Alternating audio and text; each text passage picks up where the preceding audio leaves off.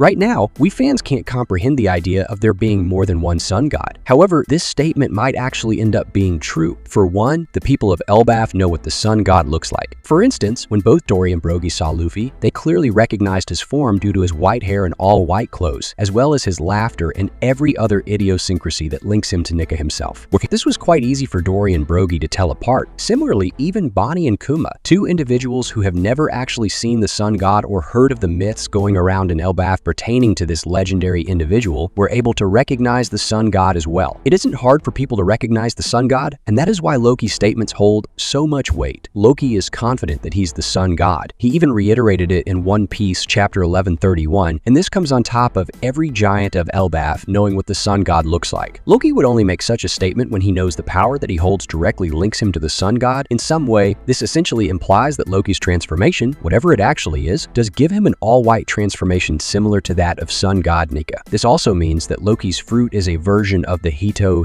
Nami, and it is incredibly powerful. Of course, there can't be two sun god Nikas, which means that there is a misunderstanding somewhere, but what that is isn't known right now. Loki's powers are most definitely similar to those of Nika, but not exactly those of the sun god, to put it simply. When Loki was first introduced, he said that he's the sun god and that he's going to destroy the world. These are two statements that, although can be picked apart and made sense of individually, can also be spoken of together. The sun god that will go on to destroy the world can potentially be someone that the people of Elbaf are waiting for. Now, it doesn't make much sense for the sun god to destroy the world, but we don't know what exactly the world that is being referred to here means. This could simply mean the world of One Piece, or it could also mean the world government or the order established by the world government, which could add further sense to the statement. Of course, the destruction of the world is something that we might accept Loki can do, but what is rather unbelievable for them is Loki being the sun god. As we know, the sun god is a legendary being that seems to have originated from Elbaf itself. This means that the sun god, or at least tales of him, existed long before even Joy Boy came into existence around 800 or 900 years ago. The tales of sun god have been passed down and spoken of for thousands of years, and that is precisely why this entity is so important to Elbaf. Even more importantly, there is a legendary devil fruit that exists in Elbaf. This devil fruit has been passed down the royal line and is protected for a reason. Right now, we don't know whether anyone of the royal family actually ever consumed the devil fruit or not. Most of you simply assume that this devil fruit was consumed by every ruler, and then upon their death, reincarnated and was then consumed by the next in line to rule. While that is a plausible idea, it is also possible that the ruling line was simply given the responsibility to protect the devil fruit for a special someone who would come at some point later down the line. The special someone actually never ended up coming, and Loki was the one who consumed this devil fruit, as we know for good. But the fact that this devil fruit could have been saved for a special someone links it directly to the sun god. Perhaps in Elba mythology, it was believed that the person who eats the devil fruit will end up becoming the sun god and then go on to destroy the world. Perhaps that is why Loki is so confident of being the sun god, because he knows that he ate this legendary devil fruit and even knows how to utilize its powers. Or could there be more versions of the Hito Nomi? It is highly likely that the situation here sees two different versions of the Hito Nomi being involved. While Luffy is the sun god, Loki could be a god similar to the sun god, but with a different purpose or power. These devil fruits could have been mixed up long ago somehow, which would then have led to the alternate devil fruit being passed down the royal line in El Bay, and at the same time, the real devil fruit ending up in the possession of some other person, eventually reaching Luffy and being consumed by him. It is also interesting to note that Loki's powers are most likely mythical zone, similar to those of Luffy. As we know, Zoan devil fruits have a will of their own, which means they often go to the user they think is best for them. These fruits can reject someone and accept someone of their own choosing. The fact that Loki ate the devil fruit meant that it was meant for someone like him, and there is a personality match there. Whatever god Loki has the power of is somewhat cunning and slightly sinister, although the intentions of this god are not entirely wrong. This also means that whatever this god is also linked to sun god Nika, given that their powers are similar and perhaps these fruits were made in pairs. Well,